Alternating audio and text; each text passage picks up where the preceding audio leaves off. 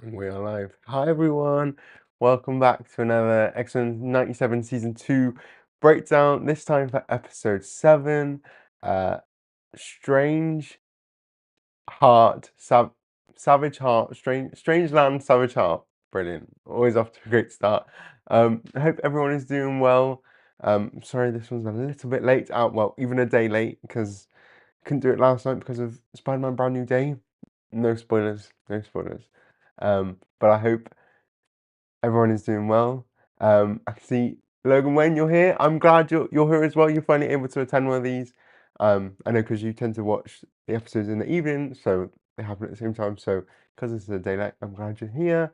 Hi Max, saying peak episode. Nightcrawler is always the MVP. James Abel, you're here as well. Team Nightcrawler, love to see you all here as usual. I can see the chat. Can't see anything else. If you're here, let me know by putting something in the chat. Also, I think the mic's okay. It's the same setting it is at the moment as it always is at the moment. Let me know if there's any issues with like the mic or anything like that. Um, so yeah, let me know about that. But I hope everyone's doing well.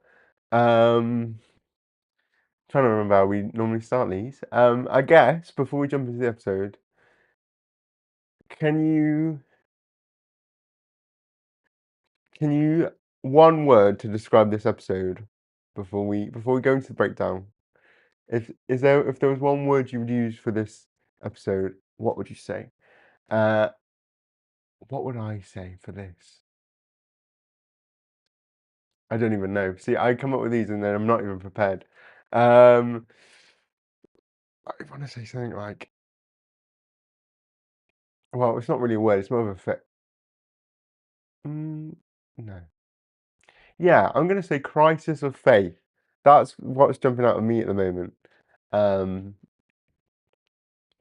so okay. Hi Nick, hope you're good. And Logan, I can see this episode show why Kurt is that guy. Like, loved how reminiscent it was of 80s Claremont and with Piotr and Kurt's relationship, minus Wolverine. Um, Max saying peak. James, you're saying nature versus nurture. I mean, it's not one word, but neither was mine. Crisis of faith as one word. Um, and excellent. Okay, okay, that's good. Um, so yeah, I guess we can jump into the thing in a moment, I suppose. One word for this so deep spiritual.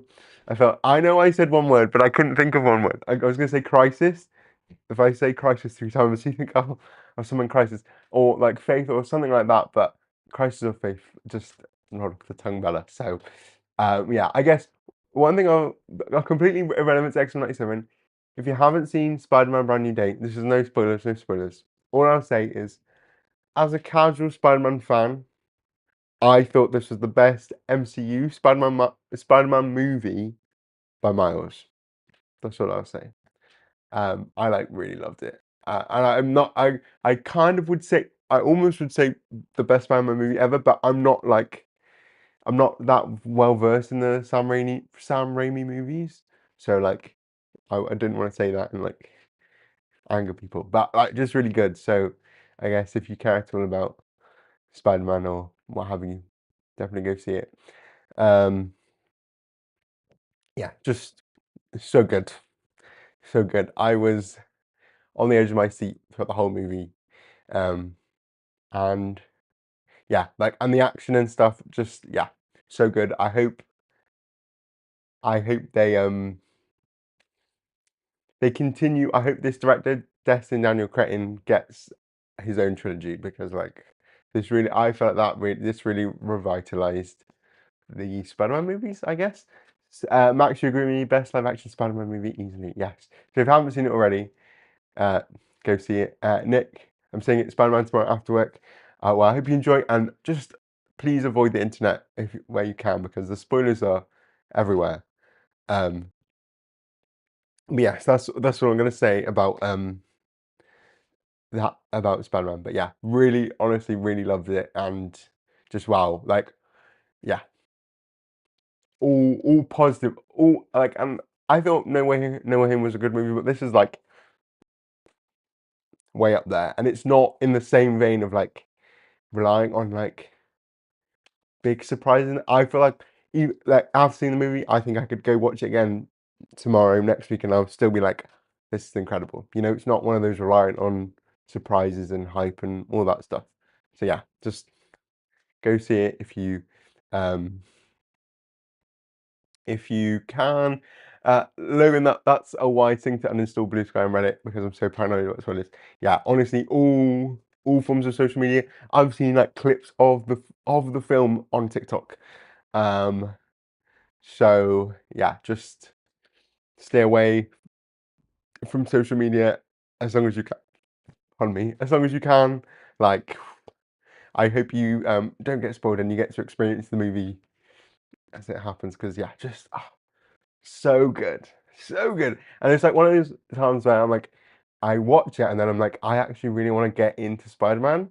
And you know, like that's happens to me a few times. But this one I'm like, oh, I'd love to just like fully read some Spider-Man, you know? So yeah. Anyway, that's a complete tangent, not X-Men 97 relevant at all. So with that out of the way, we should get into the breakdown. And I've just remembered before I forget, if you haven't, make sure you like this stream because I guess that helps. I don't know. I tend to forget to tell people to like the video. So if you haven't already, please like the video. Yeah, because then I guess more people see it. I don't really know how things work, but there we go. Right. Okay, so the breakdown. So first things first is that we do get brand new addition to the opening credits, and that is that Polaris has a very own title sequence, very cool, in the ruins of Genosha, maybe. But yeah, super cool. Loved it. You can always, if there's one thing you can rely on, is that um this show will give you good title sequence, like no doubt. So that was really good. The next big surprise for me was Mystique. We got to see Mystique with baby Nightcrawler on the waterfall. Like absolutely amazing surprise, and that it really um reiterated to me how it's so odd that Mystique is just not in the show at all. Like, I think she's been in two. Well, if you count this, if you count that this little moment, she's had two sequences, and the other one was when she was in disguise as Rogue's foster mum or whatever. And I'm just like, what? Why are we? Where is Mystique? I feel like it's just such an odd omission. And there was time in season one where I fully thought she was Val Cooper, but I don't think that's true anymore. So where is Mystique? That's what I want to know. And there's some characters that show up later where it makes me again think, where is Mystique? Maybe season three, but yeah. Then so this is when the episode starts. So we start with re a revisiting of the destruction of Genosha. I feel like I feel like this image is itself is ingrained in my head. Like I've seen it so much in this show, plus the way it's like obviously a one-to-one with the panel in the comics, like see this all the time. But we're uh, um back on Genosha. And who are we with this time? We are with Colossus and Magik, of all people, who are all dressed up because they were having a fun time before the Sentinel turned up. Um, I suppose, and with this, we get like it's weird to see like a retcon happen in real time, but like they get into their costumes. I now I'm not the original series connoisseur. If Karen was here, I would trust them to let us know. But I can't remember whether Colossus ever gets his outfit. I know in the original episode he's in. Like, I don't think he gets his outfit, but anyway, he's in his outfit. But also, Magik is in her outfit, which is so interesting because in the original show, I don't know if she ever appears. Of course, by that time in the 90s, Magik was dead, which we'll get to. So she just didn't show up at all. So it's very interesting to see her here in the New Mutants training uniform with the giant sword. And it's like, so did she go? Was she an X-Man as well? Like, it's not really explained. But anyway, they start rescuing people, and she teleports people out of the way. But then suddenly the uh the sentinel starts like locking in and is about to fire, and she just sort of stands there and lets the laser just take her out. And I'm just like, then that kind of puzzled me. You know, it was great to see her for real, and I see James saying Magik had a cameo in season one. True, but as um that was inf- uh, as Morph. Morph was Magik, right? Um, and I just thought this doesn't make much sense, and it's not even like a fake out because then Colossus finds her body and is like in tears over her body, and I just thought like I understand I if we're doing this for Colossus we need to kill Magik, but like couldn't we have killed her like mid action or something like cool instead of her just stood there like, and it made me question like is this like a are we was it trying to signify like that she wanted that to happen to herself? Like I don't know if it didn't delve any further, but it just left me questioning. Like why did you just stand there and not teleport out of the way? But it happened. So she gets obliterated in that sense and she's dead and Colossus is very sad. I mean we knew this was gonna happen. This was basically this was revealed in the trailer, so it's not a surprise, just yeah. So she's dead. That's how the episode begins, and then we are taken to the present day, where Graydon Creed of all people is back. Um, of he was name dropped 2 episodes ago in the Weapon X episode where Morph goes, "Oh, I can see why Graydon Creed's your son," and then Sabretooth's like, "Oh, I wish I killed him when I had the chance." And he's back again to haunt us all, and he's here to announce his Candace's his he's running for president. He's running for president.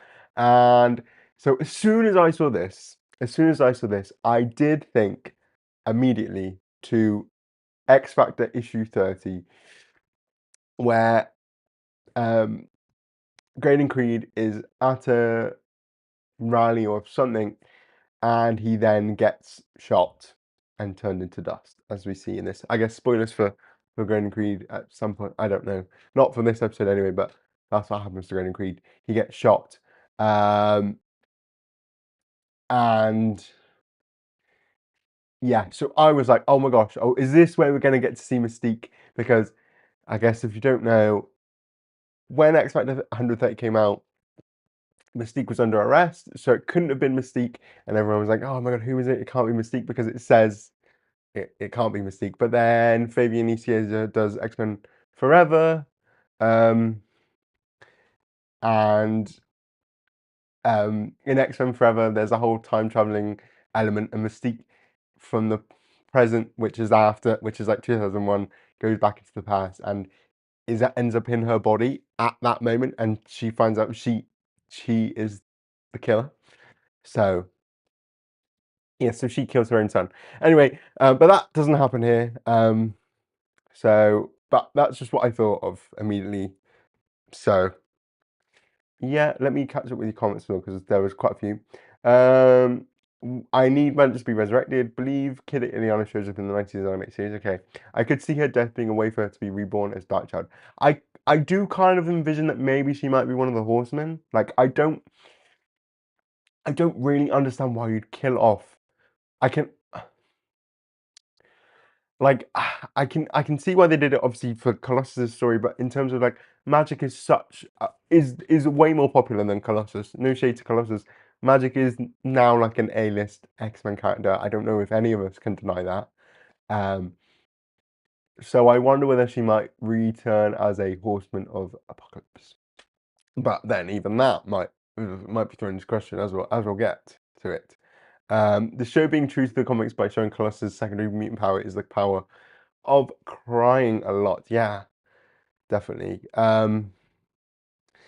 maybe he'll grow a beard too. I always prefer Colossus with a beard, not gonna lie. So, oh, Donny Creed up to shenanigans. Not Donny Creed. Oh, lots of red hats in the audience. Yes, the Friends of Humanity are there. Definitely not subtle at all. So yeah, I actually thought Valerie Cooper was mistaken season. I agree, Nick. That's what I thought too. But there we go. This is why I don't understand why they didn't just say this is a slightly on timeline from the original show, because it keeps shoehorning or retconning things that don't make sense. Yeah, eh, I guess it's like it's true to the comics in that way, but it sort of is cutting it off its own foot at points. It feels a need that it has to do that in order to make things work, and it's like, ah, you know. I don't, unless you're a hardcore like original series fan, I don't think people are gonna be that bothered. I wouldn't be that bothered if they just waved over things, but there we go.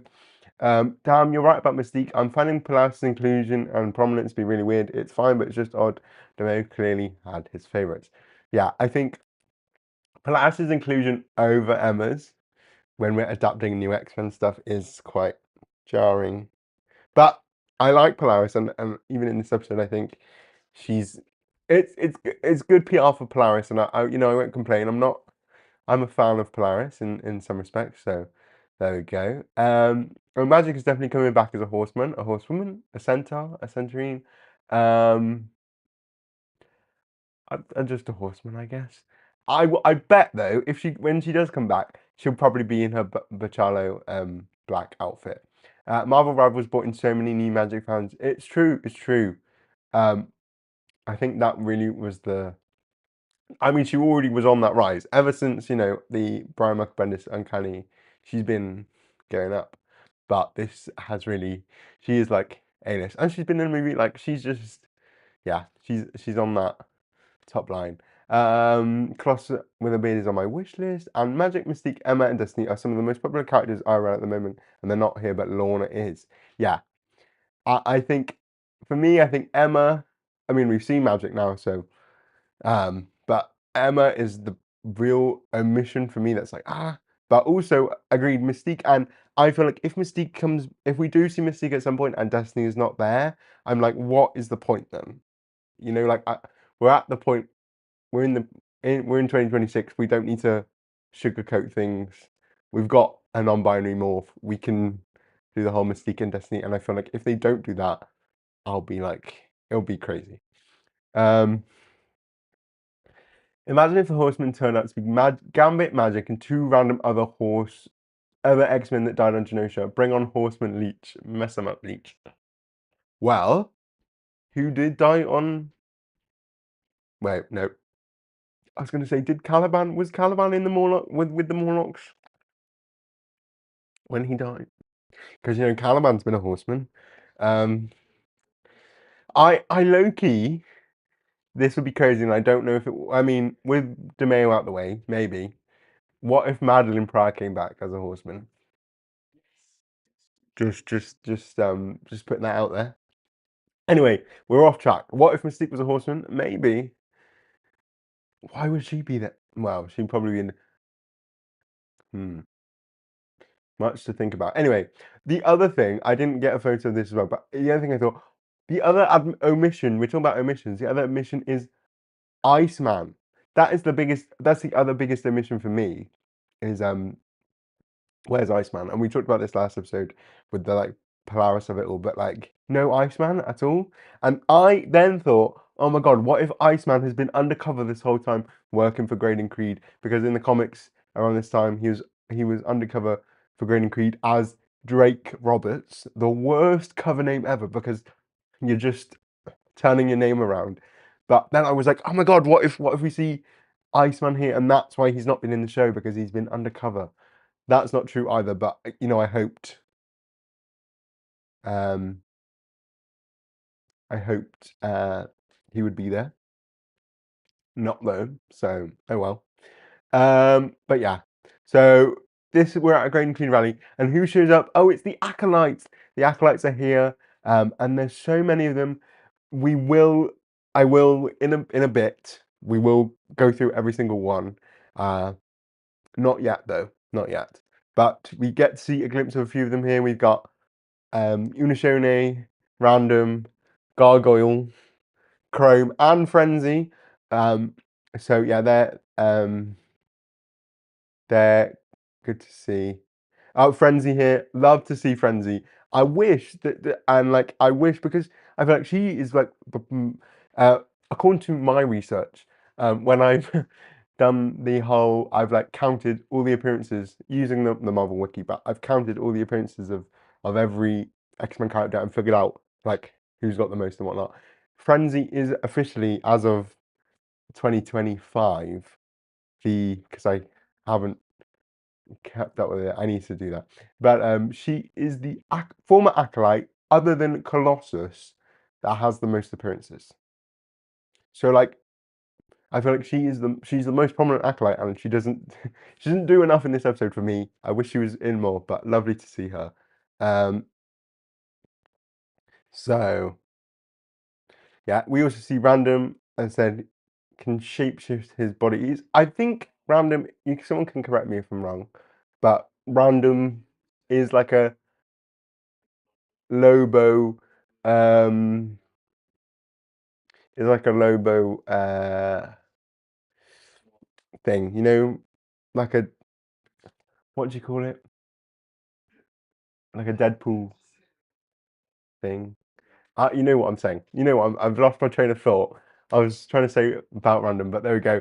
Then Colossus turns up in his acolyte uniform. He's got a cloak and everything. And so he goes to arrest. Originally, I thought he was going to kill Graydon Creed, but he's going to arrest him. And then, what's his name? Exodus turns up. Um, to be ominous, floating above. It felt very much like a reference to his like sort of first appearances, but he always is like flying in from above. Quite cool there to see him. And so they arrest. They take Graydon Creed with them. And they've got him chained up at their base. And Exodus decides to give a message to the whole world. Now, for those that don't know, Exodus's real name is Benet Duperrey, and he's from the 12th century, and he's French. But it was really jarring to me, and this is like a nitpick, but like, why is Exodus British? Why is he British? Why has he got a British accent? And maybe it's because accents in the 12th century weren't as they are now. But I was like, we're missing the French, and he has that little line of French at the end, but I'm like, "Ugh, not French enough, not French enough." So yeah, you've all got loads of comments, so let me catch up with them as well. Imagine if the horseman turned. No, we did that. They don't recall seeing Caliban. Hoping for more Marvel acolytes out. Yeah, you know what? I really hope, now that I've seen them, I'm like, we should really bring back the acolyte's name. The fact that Way of X on Krakoa wasn't actually called acolytes, that was a crazy misstep, I guess. Deaths on Genosha: Gambit, Madeline, Banshee, Moira, Callisto, Sebastian, Iceman. Since when was Ice? Pardon me. Since when was Iceman dead? I don't remember seeing him on there. Oh my gosh. Um, Worst undercover name ever. No wonder they ended up discovering him and being up his dad. Exactly. They should have Polaris come out as gay with Polaris and do a red wedding moment like in the. Oh, that would be messy. But I don't know, because the thing is, she left him for Havoc. So, and I mean, she's not even into Havoc anymore. She's got a new love interest now. I've always loved Random. I felt like he's always had such potential, but they just never used him much. Colossus rocking some massive shoulder pads. Yeah, you go, Queen. He's acting like it's 1985, and it's really not. His voice reminded me of David Warner from Raj Al Ghul. Sacre Blair. Oh my days, that was bugging me. I was expecting much more friends. Like, why? Exactly, exactly. Yeah, so that was just a real nitpick. If you're a casual fan, you won't even know. But me, I was like, gosh, he needs to be a bit more like he has flamboyance, which you know I was happy with, but like he needs that Frenchness. His name is Benet Dupery. Like anyway, um, I don't recall Exodus being a teleporter. Well, Nick, that the thing is, in his original appearances, that's his main power, was that he would teleport people to Avalon, um, to Magneto's base. He was the like teleporter, um, and then I don't know the specifics of when things happen, but obviously he's like a telekinetic, um, and that's like his main power. And so I think it's sort of explained that he can teleport people because he has such control over his telekinesis or something like that. But yes, he originally started as a teleporter, which is what he does in this show actually. X-Men are best when they are messy. This is true. Look at Gene Scott Emma. Maybe there was a deleted scene with him eating a baguette. We can hope. Um, and then while they're talking, while Exodus is talking to everyone about, you know, having Graydon Creed locked up, and they're gonna like kill him, and he talks about how there's like all these other mutants in lockup, and we get our first glimpse of Pyro and Avalanche. Now I think James mentioned it earlier. They did show a clip of season 3 at San Diego Comic-Con because turns out season 3 is already done, all ready to go. And I think I did see a short moment of it, and a few people turn up, including these two. So I don't know whether they're going to stay in. They won't stay in jail clearly, but it was good to see them here, and then it made me think more. Gosh, where's Mystique and Destiny? But that was nice to see, and we saw a sort of glimpse of the others. This is clearly Forearm, but I couldn't figure out anyone else. If anyone else knows who this second person is, that'd be great. At least, not that this is really much more of an improvement, but at least they're arresting mutant criminals now and not just kids. Um, Either way, it's kind of bad though. But moving on. Then Rogue and Nightcrawler are in their X-Corp base on Genosha. Again, still crazy. And for some reason, Kurt has got this folder about Graydon Creed, and it's got the family tree in it, which is obviously Graydon Creed's dad is Sabretooth, Victor Creed. His mum is Mystique, and of course, Kurt himself is his half brother. Um, so he's looking over that and being like torn over it, and then we see they obviously have a glimpse of him being like tied up. So Kurt's like, well, that's my half brother. I need to rescue him. I feel compelled to rescue him. So they do. And then Val Cooper's on the phone to Charles like, X Corp shouldn't be doing this. I need to we should be sending X Factor, and he's like, no, you don't want to follow where my X-Men are going. And she's like, well, you didn't tell me where the base was. And so and I think this might be Val and Charles's first interaction on screen. Because of course, all in season 1, when she was interacting with the X-Men, it was just for Cyclops, and then she got kidnapped by Bastion, and then when Charles came back. So I think this might be their first like on-screen interaction, and they just hate each other, which, you know, messy. There she is, cheeky Mystique. He's my half brother. My dad is his mum. Yeah, well, that's X-Men for you. So then we get our team of X-Men going to the Savage Land because that's where the base is. I I want to say the base. Well, it's probably just Avalon here because that's what it was in the 90s. Well, it was, I guess, Asteroid M. Was that Avalon? Something was Avalon, and then I'm gonna assume it's just called Avalon. Let's just assume. But this team is Beast, who is in his new X-Men design, but doesn't look like a cat still. I feel like that's such an easy like. Well, no, I get it. Would be a subplot, but like, why haven't we got that? We've got Rogue, Polaris, Bishop, and Nightcrawler. Um, and very interestingly, Lorna and Lucas, as she calls him, like let's not forget, Lucas is Bishop's first name. So interesting, right? That his name is Lucas Bishop, and then his sister is called Shard. Like that. Like there's no. Yeah. Anyway, and she's like, I've read your file. Oh no, she's like, I've read your file. Blah blah blah. Lucas, totally flirting, and he's like, well, I've read your file, and you're like, you just unpredictable. And then so they're having that little flirty moment, which is so interesting. As we talked about last episode, they're not really they don't really interact that much. We said that they were on a team together in Prisoner X, the Age of X-Man miniseries. But other than that, I think they might have also been on panel together during the X-Men Disassembled bit just before. But I don't think they have ever really been on like a team together properly. So it's like an interesting pairing.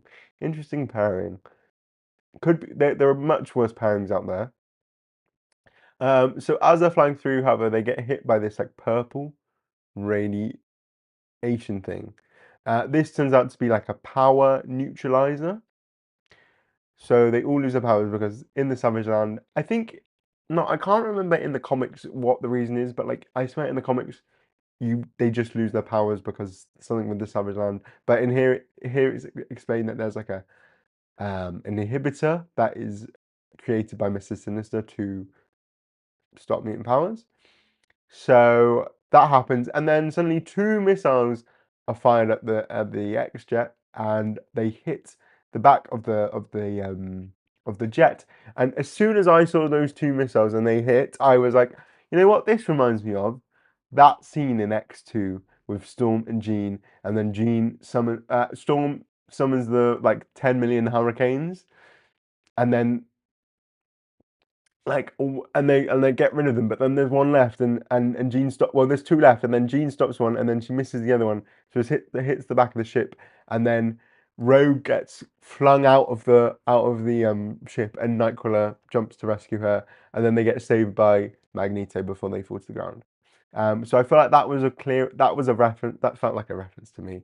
But in this one, instead, Nightcrawler can't jump because all their powers have gone, and Bishop gets flung out of the thing. So Polaris goes all super agent James Bond style and just chucks herself out of the plane with the parachute. No, not with the parachute. She catches Lucas's parachute and like grabs onto him, and they do that like cool thing where they grab each other and they spin, and then they manage to pull the parachute and they survive. And I just thought like, wow, I've never imagined Polaris to be like good at hand-to-hand combat. I haven't really read much of mid-90s X Factor, so maybe there's stuff there, but I just don't picture. I feel like Polaris is very much like because her powers are so like not physical in that way, or beyond her body. I'm like, I just don't imagine her being such a physical person, but like she ate that. She did that, you know? And so that was really cool. I guess that's the government training for you. And then they land, well, she lands on top of him, which of course is TV and movie signing for they're gonna do something, and they totally kiss. They totally did something off screen because what is this? Yeah, okay. I know we all see it, and that's again a crazy shit, but you think in the 90s, what, Polaris was on and off dating Havoc. So, yeah. And to be fair, Bishop in 1997, 1998 was dating Deathbird. So you know what? I think this is an upgrade. I think this is an upgrade for both of them. You know? Um, yeah. I like their dynamic, though I feel like uh, Loki, it's just dawning on me now. This is totally Sage like replacement. Like that's totally Polaris has taken Sage's spot. Not that Bishop and Sage were ever dating, but like they're done like wow, gosh, another one gone. Um, but yeah, so that's that. But the others, of course, the rest of them were still in the plane. They crash land, but that Colossus is there to rescue them. So, and Nightcrawler is happy to see Peter. Uh, Now, anyone who has seen the original show more recently than this can attest to this. Have Colossus and Nightcrawler actually met before? Because I feel like the answer should be no, because I thought he was just like me and a monk. But they act as if they're like old pals, which is fine to me because in the comics they are, but it's just like not what I remember. Um, so rescues them, and then that's when there are more acolytes. And so we're gonna take a moment. We're gonna take a break from the breakdown to go through every acolyte in this episode.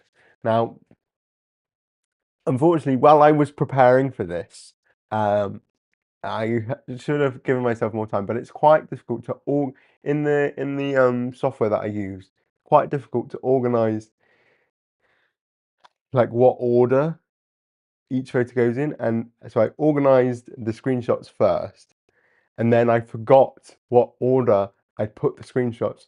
So, and I didn't have enough time. So I've got a photo of I've got a comic photo of every single acolyte we see in this episode, but they are not in the correct order. So it's really gonna be a guessing game. Really gonna be a guessing game here. We're gonna just go through, and as I get to each one, we'll talk about each one when I get them right. So bear with me as we do this. It's gonna be a fun little game. Like how many slides does it take to get to the right one? Um, so we're gonna get to the acolytes here. So the very first one, um, we're gonna do. Well, of course, we've sort of spoke about Colossus already. First one we're gonna do, and Exodus. We know Exodus there. Um, is we're gonna talk about Emilia Vogt. Is she the first one? I think she is. Oh God, nope. She is. Yes. Okay. So Emilia Vogt. I honestly think Emilia Vogt is a um one of the best acolytes, um, because of her history with the X-Men.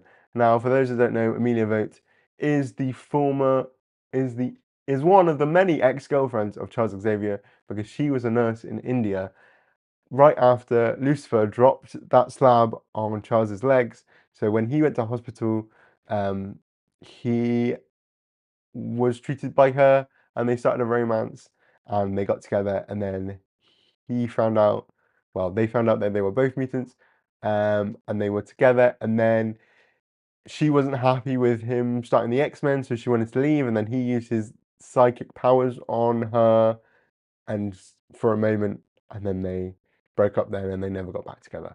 Amelia's powers is to become like a vapor-like mist, and she's a teleporter. She does appear in season 1 of X-Men 97 as a nurse. She's like a triage nurse on Genosha. It's not the first time we've seen her, but it's good to see her here again. Yes, love that. And thank you again for that. Another super chat. Amazing, amazing. I love the super chats. Thank you so much. Every acolyte is the highlight of this convo. Exactly. I love that we're getting into the real like deep pools with these acolytes. So yes.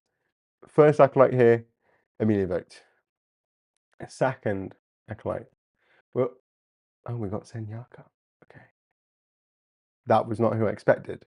So, where is Senyaka gonna be? Oh, it's gonna be quite a while. Maybe I should have gone from the back. Well, you're gonna get a tease. You're gonna get a tease of every single person. Oh my God, Senyaka, where are you?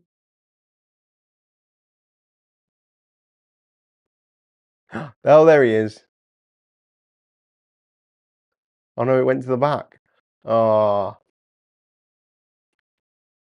well, I don't remember what number it was, so we're just gonna go back through. Also, oh, Colossus was never with Nightcrawler in X-Men the Animated Series. Again, what Logan Wayne was on about earlier, like they love to retcon things, um, which is just a bit annoying. Oh, no, keep going.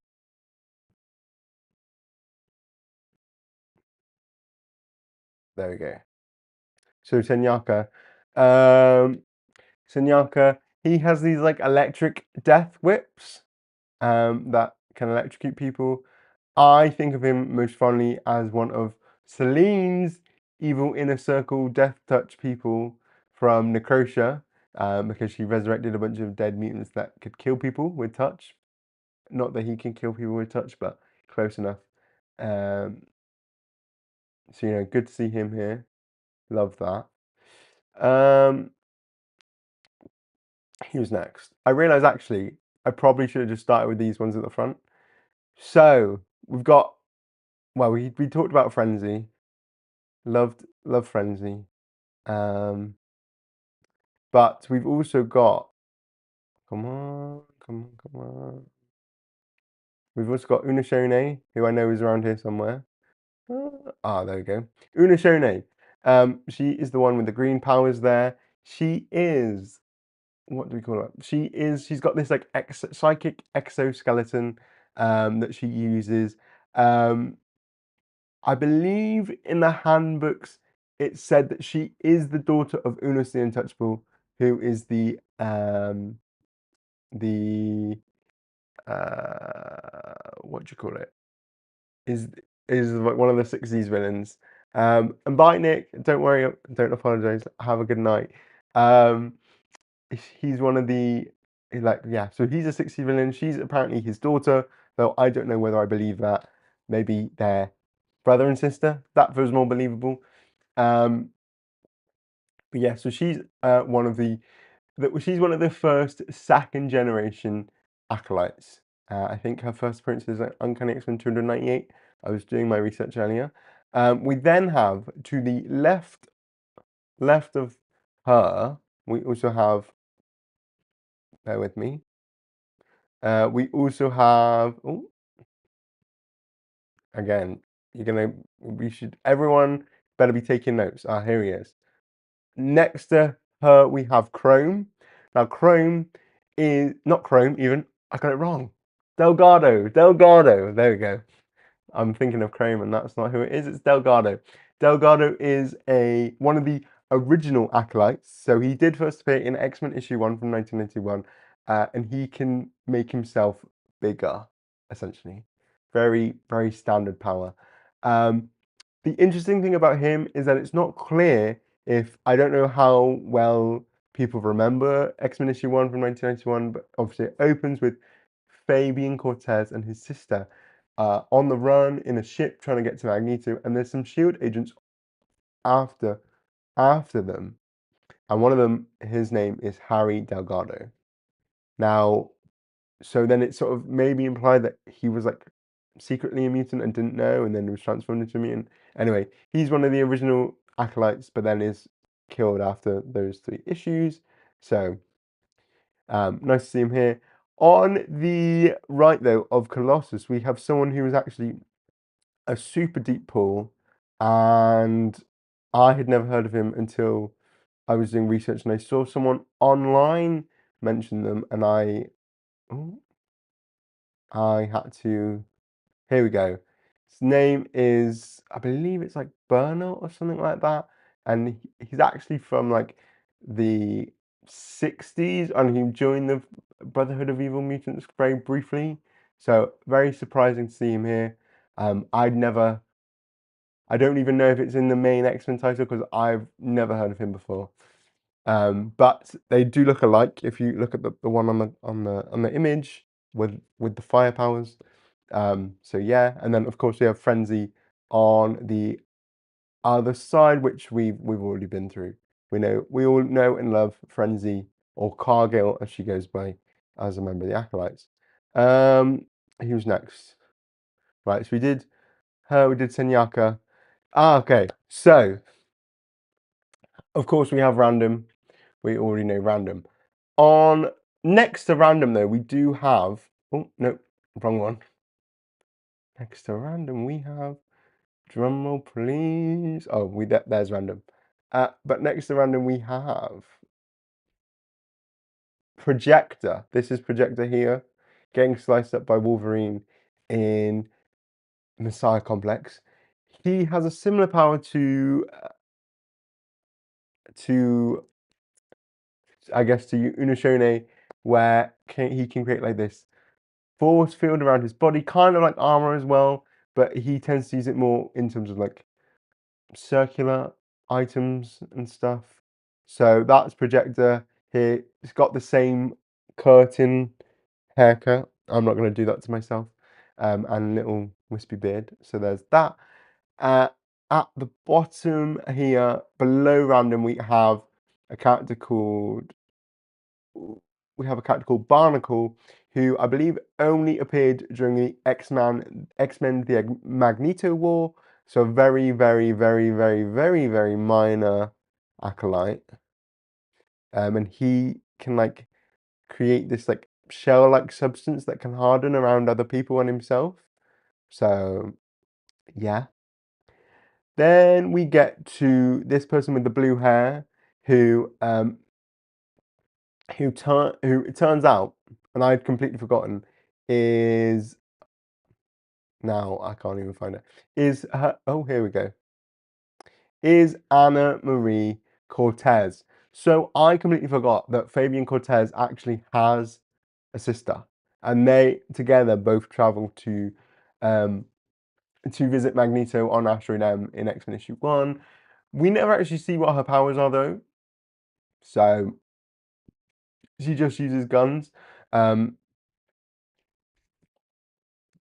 do remember when I reread, because I reread the first 3 issues of X-Men earlier, just so I could remember those, the first acolytes, that she gets shot, like in the very beginning, and like is like is basically about to die, and then she's suddenly back to normal. And then I remember, of course, it's Fabian Cortez healing her with his like power boosting healing, not healing abilities.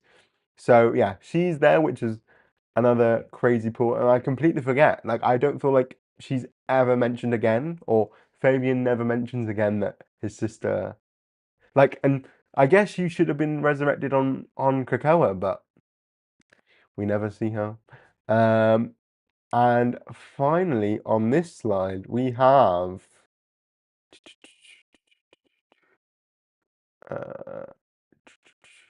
oh, I thought the photo. Oh, here we go. Neophyte, who is, I guess, one of the younger acolytes, and he has this phasing ability.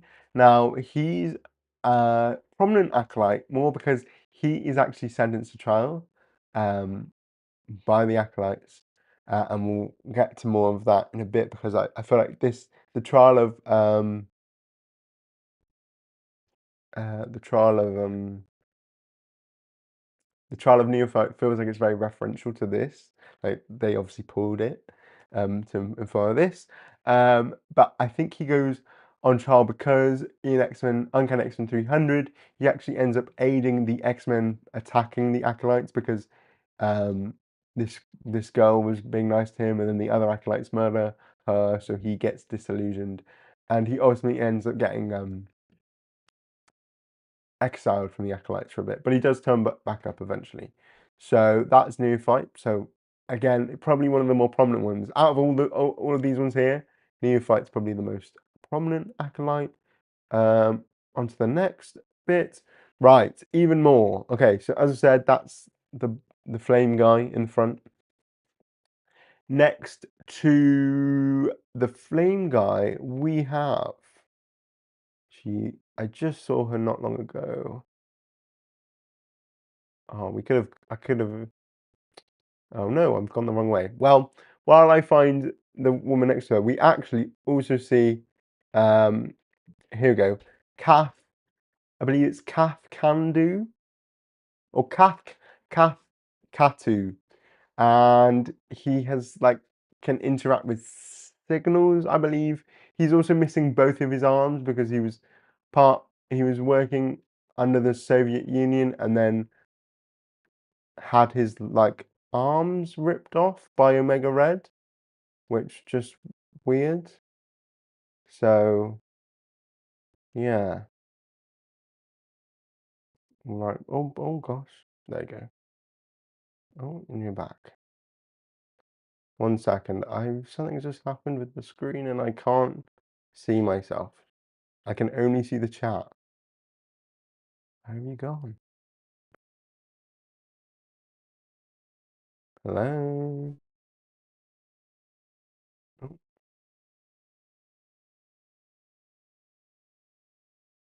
hold on. View. Let me exit full screen. Yeah, let me get. Interesting. Well, I can't see the screen at all now, so I can't even go between the. Oh dear. It's all good. Profile. No, just let me chat. Let me turn off the chat. Get rid of that. There we go. I'm back, but I can't see the chat. Well, we'll get to that in a second. Oof. Scary then. Why is it so big? How do I minimize the chat? Oh no. All bit of fun and games, I guess.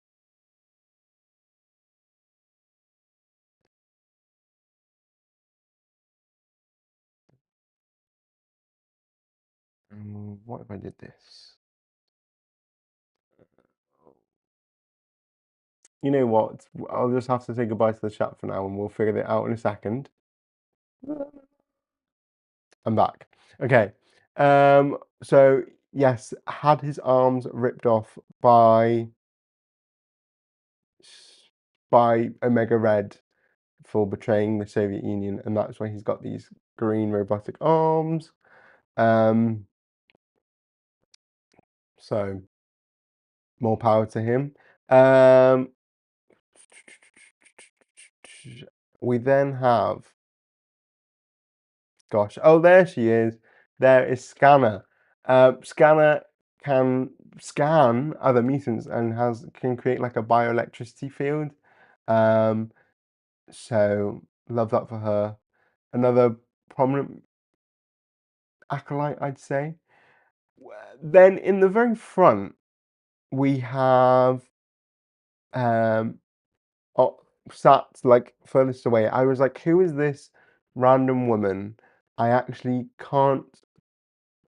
I don't.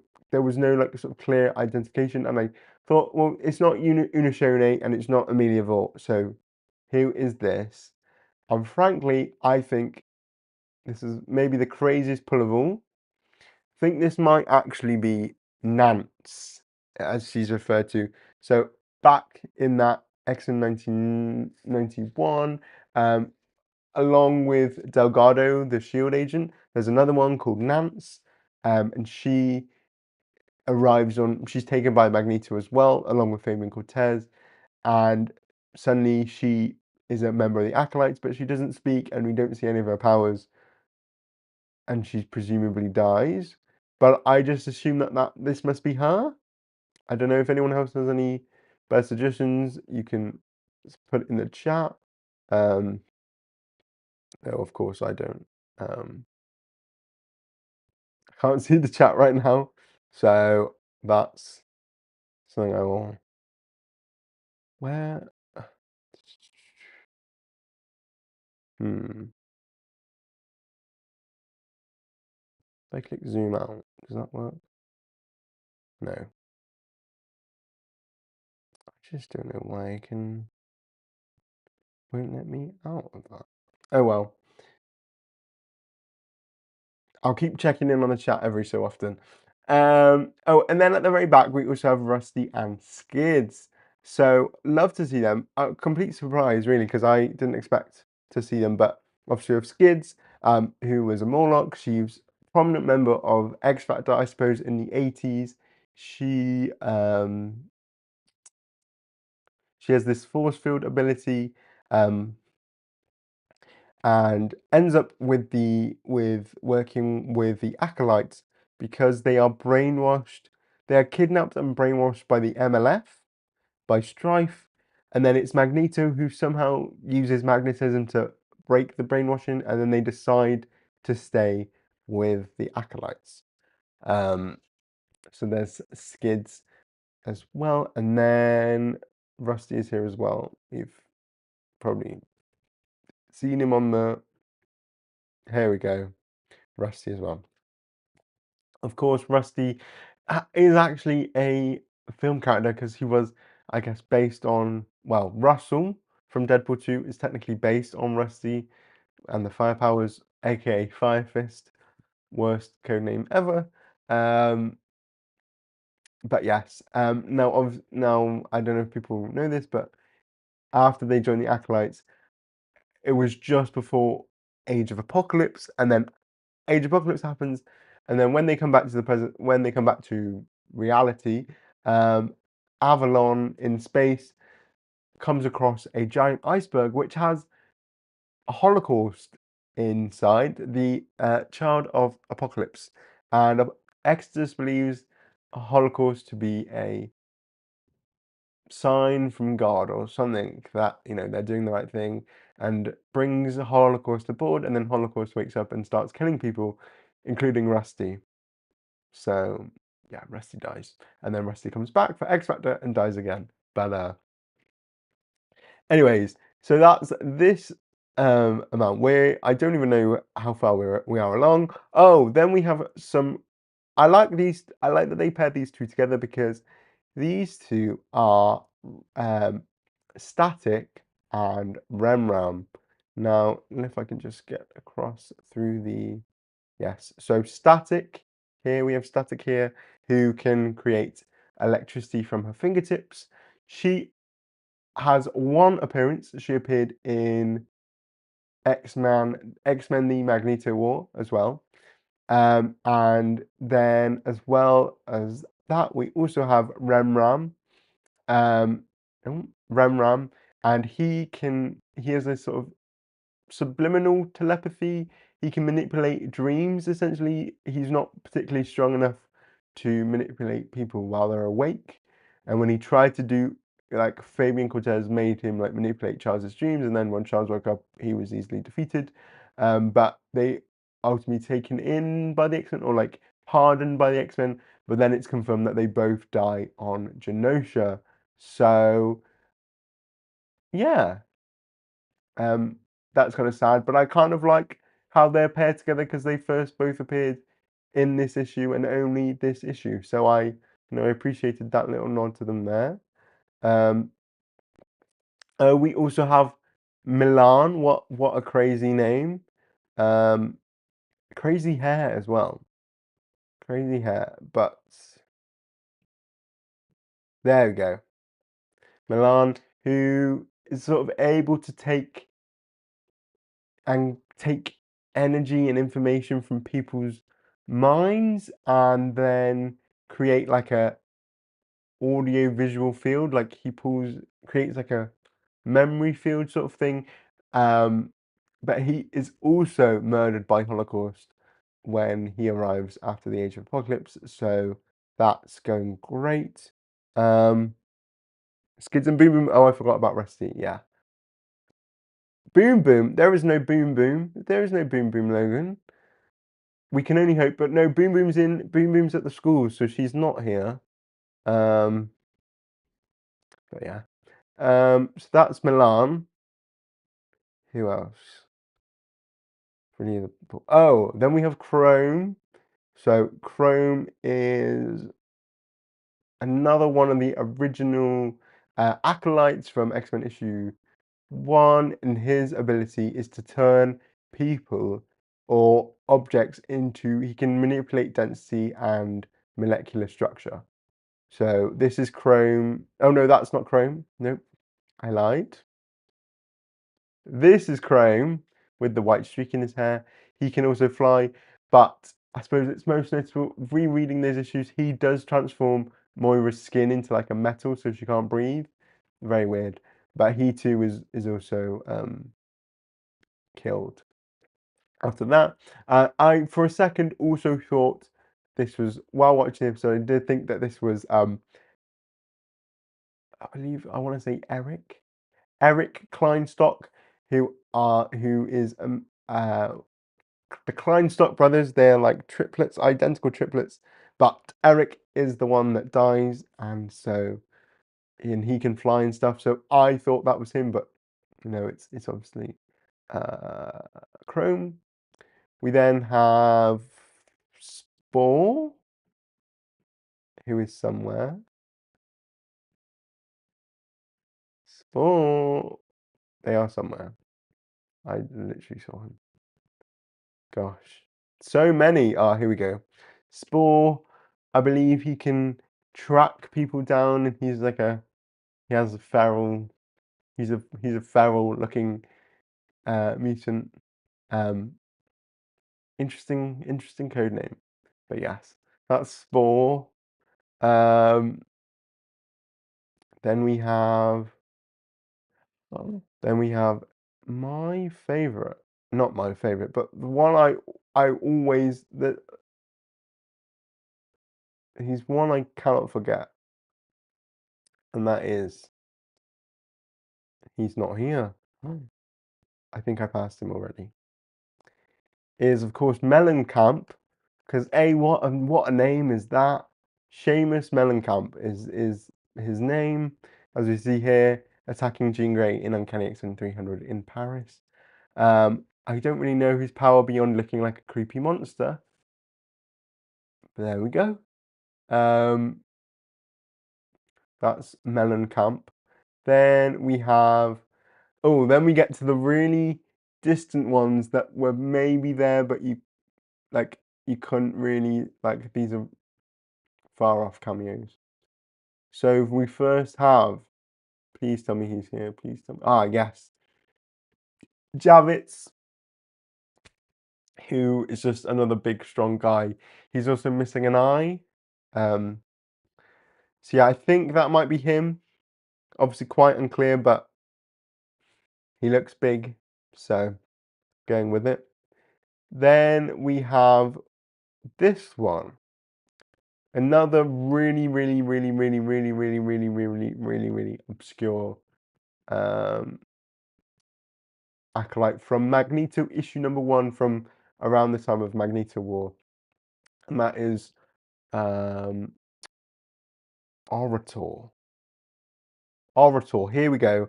I don't know if you can, I know it's quite blurry, but you can sort of see the green skin, red eyes, hair at the back of the head. Orator is an empath and can manipulate emotions. So, not really that powerful, but kind of has a Peepers vibe to them, sort of, you know. So yeah. Then we have, we're almost there, I promise. There's just so many. Oh, then we have Kamal, who is just another super strong mutant. They just have loads of those. Loads of super strong mutants. To the point where Kamal even got confused with Javits at one point in the comics I've read. So yeah, that's how relevant he is. Then we finally have probably one of my favorites, and she is a late addition to the Acolytes. It's actually Tempo. I can't remember where she is. Nope, she's later than this. So Tempo actually only joined the Acolytes in the sort of post M-Day time period where Exodus was sort of leading the MLF and the Acolytes together, so she just joined with them. I mean, we all know what Tempo looks like, but just for posterity. It must be around here. There we go, Tempo in her bullet head. Would love to see more of her, maybe season 3, season 4. She'll be an X-Men. Anyone else? Oh yes, and then we have the Kleinstock brothers, who I did mention earlier. They are identical triplets, but the other two, which are called Harfen and Sven, I think they're from Switzerland or Sweden, somewhere in Europe. They have the ability to merge with each other in a sort of in the Monet St. Croix family way. They can merge together. So I think that's them because they look identical and they're sat together. I think that's everyone. Yes, we did it. We did it. I can't believe we made it to the end of um all those things. That would be crazy. Um yeah, that would be crazy. Right, I'm gonna just quickly reset the docs. Hopefully then I can see the chat again. If this messes things up, oops, but I don't think it will. Oh, okay, docs, chat. Oh, it's still there. No, move. Oh, docs. Can I? Ugh, I don't want them to be full height. Yes. You know what? I'm just going to keep doing what I'm doing and keep checking back. So as we go. So that's all of the things done. Thank God. Next, we get to the Shrine of the Shrine of the Dead, which is essentially just Magneto and Magik and a few others. We've got a photo of Madeline Pryor there. We've got a photo of Sammy the Squid Boy. Very interesting though that they did edit it in the trailer, because in the trailer there was like a photo of Gambit. There was also a photo of Callisto and Leech, but they are not here. So somehow Charles has let the world know that Magneto's dead, and Colossus shows them, that they're all in mourning for these people they lost on Genosha. And we get a closer look at the image of Magik, which was obviously, and this portrait was obviously drawn by Piotr himself because he is an artist. So that's cool there. And this is completely irrelevant, but reminds me of how much Anya Taylor-Joy was like straight from the page casting sort of thing, and how she was wasted in New Mutants. Wasted. Anyway, then we finally get our first look at Graydon Creed in jail, and Nightcrawler comes to visit him, and they are quoting the Bible together, and he's like, "Don't talk to me, just kill me. Like, I hate you, blah blah blah." And like Kurt is still trying. He still believes in the goodness of um of he believes in redemption and all that stuff. I will say as well that this image reminded me, and there will be other sort of callbacks that sort of add up to this, but the way that Graydon is chained up here reminds me of, one second, let's see here, not yet, oop, a bit early, there we go, reminds me a bit of how Gambit was chained up in the trial of Gambit. So just keep that in the back of your mind. But there. So he's chained up, but Nightcrawler's like, I want to, help you. Meanwhile, Bishop and Polaris have found guns, and they're like, we need to get over there, and we also need to destroy the Sinister's inhibitor tower because Bishop absorbed some radiation before his powers vanished, and now he can't expel the radiation because he's under his powers. So he's literally like, and he's building up more energy as he goes along. So he's basically about to implode, which is crazy, but there we go. So they need to figure out a way to get over there. But Polaris has got an idea that's probably not safe, but fun, as she says. Yeah, I'm sure they got plenty of ideas of fun together. So there's that. Oh, I just realized I missed someone. Ah, I missed someone on the every acolyte bit. Gosh, I even had their photo and I don't know why I didn't have their other thing, but I know exactly who it is. It's everyone's favorite because I even have some of the acolytes that aren't in these shots at all. But it's everyone's favorite Vindaloo, as you can see behind Rogue's head here. I did see people on Twitter yesterday being like, "Oh my gosh, is that Scarlet Witch? Is that Scarlet Witch?" No, no, no, girl, that's not Scarlet Witch. That's Vindaloo. Um, can shoot like green plasma fire thing. Yeah, interesting code name, but that's Vindaloo fuel. Um, so yeah. Anyway, um, basically, Kurt decides then that right, we're gonna let him have a trial. He's gonna go on trial. Um, because Exodus wants to just kill him, and Kurt's like, no, let's put him on trial. I believe in the redemption of my brother's soul. So they're all brought before to do this trial, and Colossus, interestingly enough, is going to be the judge, which I think is a interesting idea. But again, as I mentioned a bit earlier, I said, you know, the neophyte and him being on trial in the comics, that feels like a reference here because in the comics, when neophyte goes on trial, ignore orator there. When he goes on trial, um, Colossus is his defend.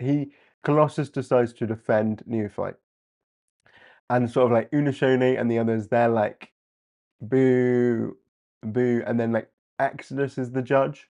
So it's like an interesting reversal here, but very much pulling from the same thing. I'm gonna check if there's any more comments. What did you think about the big poster being Mag and not Gambit? Well,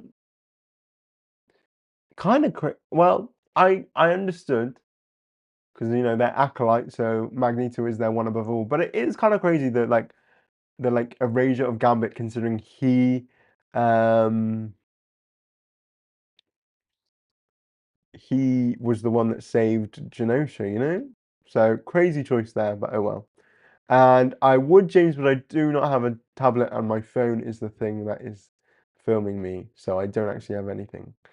Oh actually, could I be smart and do this? Bear with me. Thank you for bearing with me as we I tend to always have these issues. But you know, we live and we learn and that's the fun of um of going live. I can view it here. There we go. I've got a I've gone on the internet and I can sort of see it better there. So let's do it that way. Boom. Got it all figured out. Got it all figured out. There we go. I can see the chat now. Yay! So anyway, I thought that was a neat reference there. It's a sort of inversion though, and I think Colossus would be a good judge, really. So yeah, but Exodus is like the prosecutor, I suppose.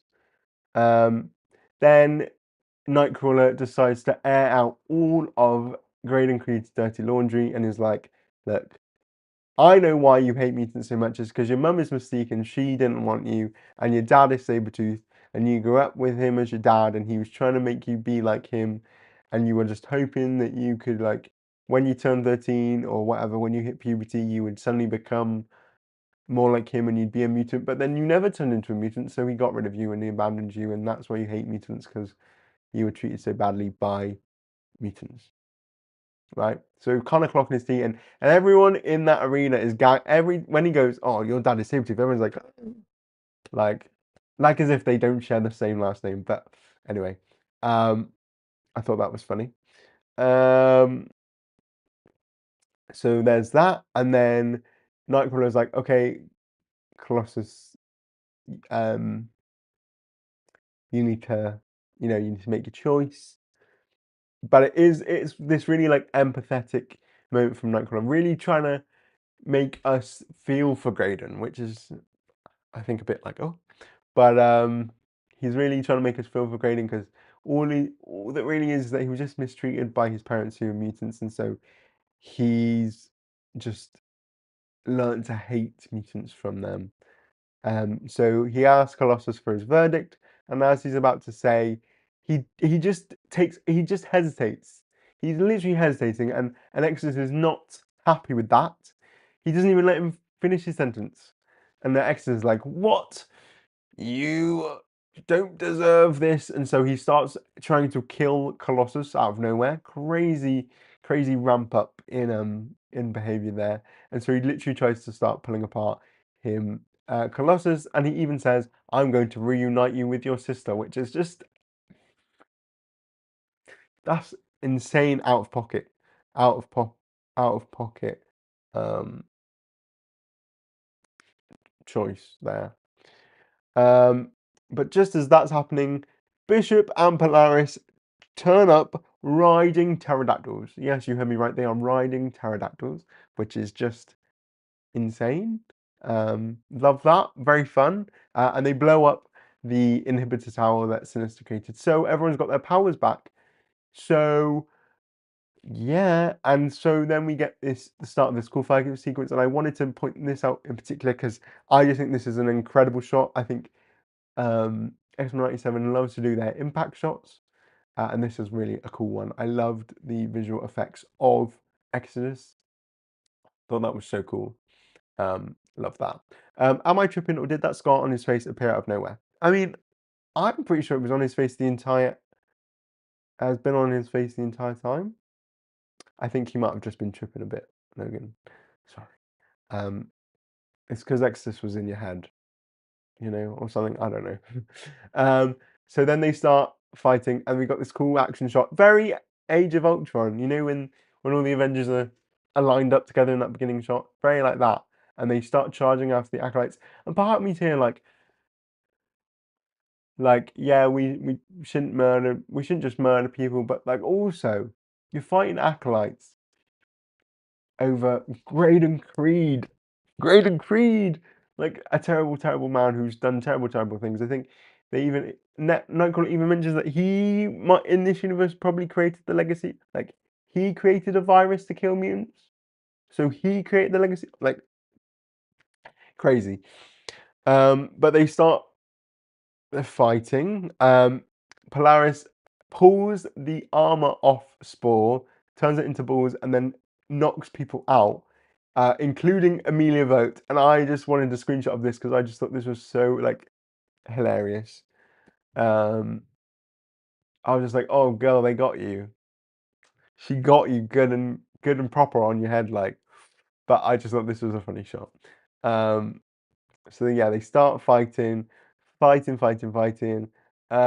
then exit, but like in all the kerfuffle, all the scrambling, Exodus finds Graydon, pulls out his sword, and is ready to be like the executioner, chop his head off. But before he can do that, Nightcrawler with his own swords stops him, and so they have their very own sword fight. And I really love this. This was like the best sequence in the whole episode. And I also really like I realized I haven't said this before. I really like that they decided to sort of have Exodus and Nightcrawler as rivals, as like the two that are paired or mirrors of each other. Obviously, both Catholics, both super religious, but they have different worldviews. And it's kind of crazy that on Krakoa, when they were both part of the Quiet Council, we never got that um we never got that sort of comparison between the two, really, which I think was a lost an idea that we missed out on. And I thought that Way of X was going to have that sort of tension, but after the whole Pretender stuff sort of fell away, like Exodus became sort of nice. So, but anyway, they start fighting, and it's a really cool sequence as well because of course he doesn't really do that much anymore, which is why Nick asked earlier, like I don't remember Exodus being able to teleport, but as I said, originally when Exodus first appeared, his power was to teleport. So the fact that they're having a sword fight and they're teleporting around the place, just really cool. And I think the way that Exodus's powers were like the power signature of Exodus is really cool. This like golden black sort of power thing is really interesting, and I thought it was a nice, just a whole all round good sequence. I don't know if it beats. I don't think it beats the Nightcrawler sequence in season 1, but it was fun nonetheless. And Nightcrawler manages to beat Exodus because he gets out another sword with his tail, which I feel like is kind of cheating. Um, but there we are. But unbeknownst to them both, in that time while they've been fighting, Graydon Creed has found a gun. Don't know whose gun. Oh, it was probably one of Polaris or Bishop's guns that they had. Gosh, he finds a gun and he shoots Exodus. Gag from behind, and Exodus gets shot through the chest, and then as we see here, Graydon in the dust, and then Exodus is just dead on the floor, which is absolutely crazy. I can't believe Exodus is dead. I don't know if anyone else saw that coming. Let me know, but I was gagged. Poor Exodus. You know, he might not have been properly French in the show like I wanted, but he didn't deserve to die because of it. You know? And then Graydon has the nerve after everything his half brother has done to try and save his life, grabs, like literally holds him hostage and puts a gun to his head and goes, "You teleport us out here, I'm going to blow your brains out." That is no way to treat a brother. Just saying. No way to treat your brother. So then Nightcrawler does teleport them away. Though interestingly enough, Polaris grabs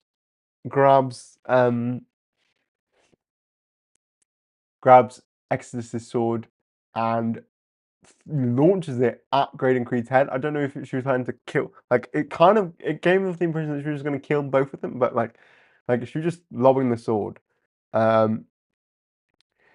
But she throws the sword. So I guess now looking back, because when I watched it, I was like, I just don't understand why they're all so willing to like defend Graydon Creed. But I realize now, I guess Bishop and Polaris were like, well, he's just killed another mutant. I guess he does deserve to die. And it's actually just Kurt by himself who's like, no. So she launches the sword, but Nightcrawler teleports him away. Now, I forgot this before this very happened, but like I just forgot, like it wasn't at the forefront of my mind that, of course, the Savage Land is in the center of Antarctica. So when they teleport out of the Savage Land entirely, and they're in like the frozen tundra. And Kurt is strangling Graydon, and it kind of is like trying to maybe go, ooh, is Kurt gonna like break and kill Graydon? No, he's too good for that. He's too good for the murder of it all. But he's quoting to him more Bible stuff, and then he says, "You are you are the son of your father and mother," essentially being like, "You are just as bad as them," which maybe cuts him deep. I don't know. I don't know. I don't know what Graydon Creed's thinking about in that head of his. So he just leaves them there in Antarctica to die, I guess.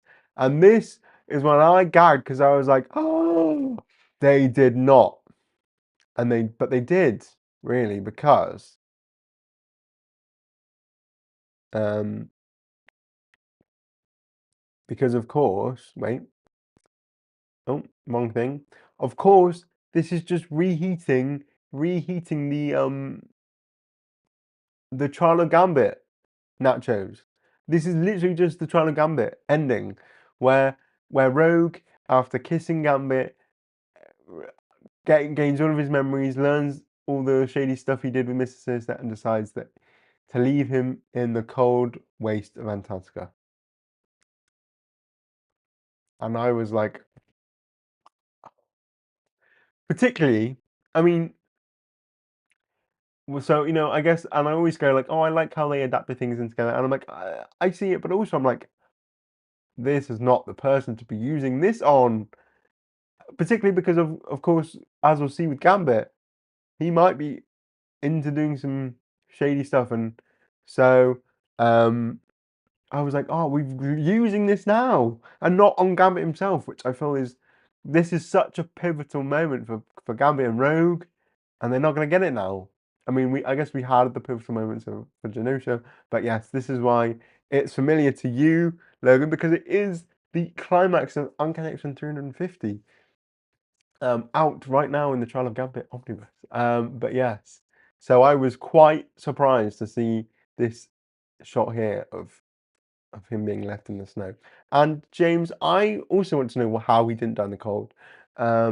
Maybe, much like Gambit, he will be possessed by a green energy mutant known as Mary, and will possess him till they make it back home. Who knows? Or maybe Val Cooper just got there in time. Uh, but actually crazy that they adapted the end of the Trial of Gambit for Graydon Creed of all people. But yes, so that was my big like whoa references. So he's left there, and then we see that actually Colossus, after being because that says after he was attacked by Exodus, Colossus works with the X-Men to fight off the Acolytes, and so he is then sent to he is dropped off at the school, and they have Kurt and Piotr have a nice little moment here. Again, I know Logan, you talked about this earlier about how it really felt reminiscent of the 80s, and I agree. I think Colossus is probably the real from the 80s. I mean, aside from Kitty, the other big character that the show misses is Colossus. So we're missing that like brotherly relationship with Kurt and Colossus, and then we're missing that brother sister relationship between Storm and Colossus. And so it's nice to have that sort of moments here. Um, though, and so Kurt asked whether Colossus was moved by his testimony, whether he would have like spared Graydon Creed, and he was like, no. So like Exodus did all that for no reason. um, but there we go. He did say though that oh, my sister would have followed you, would have agreed with you, and I'm like, would she though? Knowing how Magik is now, I'm like, I feel like it's actually the inverse. I feel like she's way more cutthroat, just way more like she doesn't have as much faith as you do, Colossus. So that was interesting. But it makes me wonder whether is Colossus going to be, joining the school? Are we going to see him in the upcoming episodes? I assume not. But that would be fun. When maybe new series member in season 3. I feel like we have too many X-Men characters already, so maybe not. But still, that'd be fun, wouldn't it? We're almost at the end then. So then we cut back to Athens. We saw last episode, of course, that Apocalypse was busy resurrecting Gambit, and the X-Force have arrived, and they're going stealth. Um, they're going stealth to break into his fortress on the is that monument in Athens, is that called the like Acropolis, or am I making that up? I don't know. Anyway, they break in, but they come across Apocalypse's corpse. What? And this surprised me, to be fair. I was like, what the hell? I was expecting it to be like Gambit's like husk of his body or something, but no, this is Apocalypse's corpse. So clearly, Apocalypse is dead. But well, is he dead, or has he just got himself into a new body? This is the thing that I'm like not too sure about. If anyone has any thoughts, whether they think that it's okay. So this is my question for everyone in the chat. Um, is Apocalypse dead? Like, was he murdered, or did he take over someone else's body? Because I think those are the only two options, and either he took over Gambit's body, or Gambit killed Apocalypse. And let me look at the comments while you're thinking about that. I don't see why they need to kill him. I didn't see that coming. He could have been a BSC. Yeah. And yeah, the magic of today wouldn't have agreed with Kurt, no. Jubilee must know that the X-Men must not know that the X-Men have been reunited because she would have left X-Force immediately if she did. Yeah. I mean, she's learned more about more training and more fight moves and more everything being with X-Force than she ever did with the X-Men, so stay with them a bit longer, I guess. But yeah, I could also see that Apocalypse being from another timeline. Ooh. Oh, I didn't think about a new body. Yeah, that was my thought, was maybe Apocalypse has got a new body. But then thinking about it, I think what's more likely, and stay with me on this, this is my theory for the end of the show, for maybe for next episode and the finale episode, because there's only 2 episodes left, let's not forget. We have, I think that Gambit might have killed this Apocalypse. Now, as James, you said that you could also see that Apocalypse being from another timeline. Let's not forget that the future Apocalypse, of all people, went off in a rocket ship, maybe through time, who knows? So I wonder whether the future Apocalypse is going to be the big bad. Okay, but maybe Gambit, killed Apocalypse, right? And then we're gonna get a Dark Angel saga, but with Gambit. I know that sounds crazy, but the only things I have to go of this is they've already adapted the Future Horsemen. They love to do stories and give them to other characters, and who cares about the original characters? So just because Warren's also in the show does not mean that he's going to get that. As we've seen, the trial of Gambit isn't Gambit's anymore. And also, there's one shot in the trailer we haven't seen yet in the show, but it's of Rogue in her new X-Men outfit going to one of the that. Do you remember in episode 4 when Apocalypse gets the life seed, celestial seed thing to become Apocalypse, and it's like in an Apocalypse head. Now she's in the trailer. You see her going towards that, right? So I wonder whether Gambit maybe has killed Apocalypse and then is gonna be in that thing and take this thing to become like the next Apocalypse, like in the Dark Angel saga, where essentially a Archangel became Apocalypse. Now this is a crazy crackpot theory, but yeah, that's my thought. And we know Gambit is related to this somehow, because what does Jubilee find on the floor? A Queen of Hearts card. So, but this could have been the one that Apocalypse found in the ruins of Genosha. I don't know, but that's my crack theory, is that we're gonna get Dark Angel Saga, but with Gambit.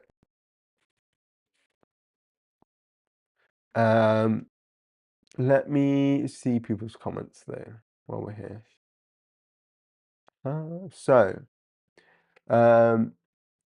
Okay, but extra option Ozempic Apocalypse. Well, we had Ozempic Mojo last season.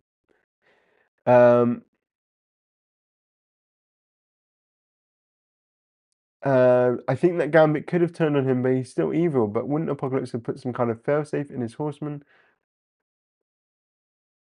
I mean, yeah, but yeah. usually, but maybe Gambit's just is Gambit what I mean? Like he's so powerful now. I don't know, something like that. We're definitely getting Horseman Marvel Legends. Oh, you think? Oh, I'm so surprised that they haven't like it hasn't been leaked yet. I mean, I'm glad, but like that what the other Horsemen are going to be. I wonder as well, though. Actually, this is not talking about Marvel Legends, but Marvel Rivals. In the now that Jubilee's the new character, Jubilee in canon in the Marvel Rivals canon is the Horseman of Famine. What if Jubilee gets turned into a horseman? Anyway, the queen on the card is white queen. Well, I mean that's not exactly wrong, but like I feel like if it was an Emma reference, I feel like you're just joking there, James. If it was an Emma reference, I feel like it would have been the Queen of Diamonds. Come on. Um, so yeah, very interesting. Very like that's a good cliffhanger.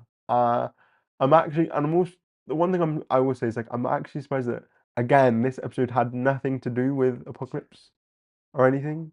Like there was no there just hasn't been. Now, if you think season one, everything felt like it was building towards that finale, um, but I don't. Maybe once we get there, I will see the build up. But like this doesn't feel particularly relevant to Apocalypse stuff. Um, and they've only got 2 episodes left. And then you think last season we had a 3-part like finale sort of thing. So interesting. Also, just I love seeing X-Force move in as the same task force as they can be. So like quietly hopping around, amazing. Yes, they looked so good. It was so good, and seeing them like fly and like parachute in as well, that was cool. The Horsemen of who in Marvel Rivals? Well, Jubilee is the Horseman of Famine, like the Famine Horseman. Um, so the like hunger horseman, which makes sense because in that canon she's already been a vampire, but becoming a horseman of the horseman of famine reactivated her vampireness. So she's both a horseman, a vampire, and she's still got her mutant powers. It's all to do with something. So she made a bargain with Apocalypse so she could get back Shogo because Shogo's a dragon, still stuck as a giant dragon in Marvel Rivals canon. Um, so yeah, but I mean, thinking about other actual horsemen in the comics, Polaris was Horseman of Pestilence. Same time Gambit was Horseman of Death, and Sunfire was the Horseman of Famine. I don't know if we haven't. I think he's made brief sort of cameo appearances. Maybe he'll be a horseman. I mean, I know we were saying about who was killed on Genosha and stuff, but like as we've obviously seen with Magik, they can just retcon anyone they want to be killed on thing because at the end of season one, Magik was not dead. If you could tell from the posters, like she it didn't say that she was dead or anything. So yes, it is kind of convoluted, but it's not really explained. It's just like, oh, she's a horseman of famine, a vampire, and she's still got her firework powers. She's also a healer in the game, so everything's just a bit messy. But there we go. So with that, we finally reached the end of the breakdown. The acolyte, every acolyte ever took way longer than I thought. I really should have planned that out. But oh well, we live and we learn, and I had an interesting time getting to everyone, but we made it. There was so many there. Um, so my questions to everyone now, as we wrap up, as usual, can you give me a ranking out of 10 for this episode? Max, I know you're going to come up with something crazy, but let me know that. And as well, I should have asked earlier when we were talking about acolytes, but who is everyone's favorite acolyte? My personal favorite, aside from Frenzy, because I think Frenzy's number one. Oh, okay. Well, if I'm gonna go like really obscure, I'll say, well, I want to just say Amelia Vogt, but she's not obscure, so But you can pick anyone. I'm gonna just go Amelia vote. I wanted to pick someone obscure, but yeah. And people are saying, so Logan Wayne, you're saying 7 out of 10. James, you're saying 7.5. Logan, you're saying what? I do not know what that character means even. It's been a year. Maybe it has been a year. What the whole live stream's been a year. Oh, Max, what have you said? I give this a Kurt, please. If you ever need a hug, I will hug you platonically, spiritually, and possibly romantically. You are the greatest of all time. Out of 11. So I guess this is 11 out of 11 for you, Max. Interesting. I mean, if I get this, I feel like Nightcrawler is your favorite X-Man, so I feel like you're biased. You're biased. But that's fair. That's fair. I would say I'd give it. Did I give it a number? I don't remember if I did. I'd give it. I'd give it 7.5. I still want to say episode 2 is still my favorite, but I feel like once the show is done, I will need to rewatch every episode together and just like properly digest it as a whole and really like maybe I'll do a live stream or a video like after it's all done to be like um you know the guy with the whips, what is his name? Senyaka, the guy with the whips. I just remember Zenyaka because I used to do on TikTok these videos of like which X-Man is from your country, and I do like a few X-Men characters that were from different countries. And I remember doing Senyaka because he's from Sri Lanka, and there's probably like the only, at least definitely the only mutant X-Man from Sri Lanka. And I remember and I would always come up with like a fun, like a thing to say, like a could be things about either their powers or something to do with the thing. And I just quoted that one Rihanna song, "Sticks and stones may break my bones, but chains and whips excite me," and that was like, yeah, that's just Senyaka in described in a song, right? Um, I love Nightcrawler. I love that for you, Max. Bias for Kurt, I'd be any sort of bi. Wouldn't we all? Isn't um isn't aren't we all Nightcrawler sexual? Just say it. And sorry I talk so much just because I never use it. Logan, do not apologize for talking so much. I need that. I appreciate that. I need all the comments because then that means I have something to respond to. If there's no one talking, then I'm just talking to myself and even though I might give the impression that I could just keep going forever, it's so much easier to keep the live stream going if there's things to respond to. And that I know there's people actually watching and engaging. So thank you. Thank you for that, Logan. I'd crawl for Nightcrawler. Watch crawl. Okay, Max, sure. I will say next week the live stream will also be on Thursday. It won't be on Wednesday because it's my partner's birthday on the Wednesday. So I will be too busy doing other things to do the live stream on Wednesday. So the live stream next week will also be on Thursday. So I hope that means you can join again, Logan. Fingers crossed. I think the final episode though will be on the Wednesday, unfortunately. But I'm just like, oh my gosh, it'll be. We'll see. Maybe Thursdays are better. I don't know. How do people feel? Do people prefer it on the Thursday, or do people prefer it on the Wednesday, or do people not mind? I just tended to do it on the Wednesday because I thought, let's strike while the iron's hot. But maybe if people prefer it on the Thursday, I do it on Thursdays instead. But yeah. Okay. Oh, I thought it was cruel, but Max, you misspelt crawl. Like there's no L, so that's why I didn't know. Putting the F in Banff. Yeah.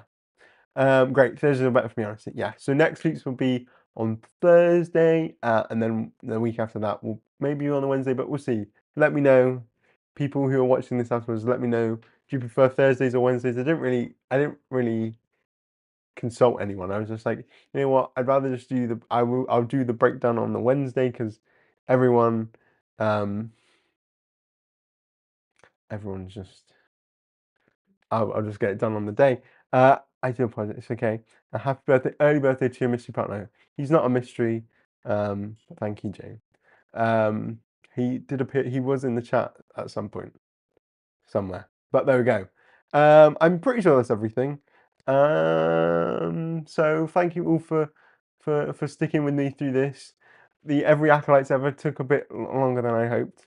Hopefully next week there aren't as many minor cameos that no one's ever heard of, because I'm going to be honest, half of these acolytes I'd completely forgotten about until I did look through them all again. So, you know, there was some even there that I'd never heard of before today, like Static and Remram. I'd completely forgotten. So, yeah. But thank you all for bearing with me. I hope you all enjoyed. I've had a lot of fun with these. Thank you all again for your comments. It's, as I've said, it's so much easier to do this when there are people commenting. So thank you all. I think that's everything. So I hope you will have a great rest of your week.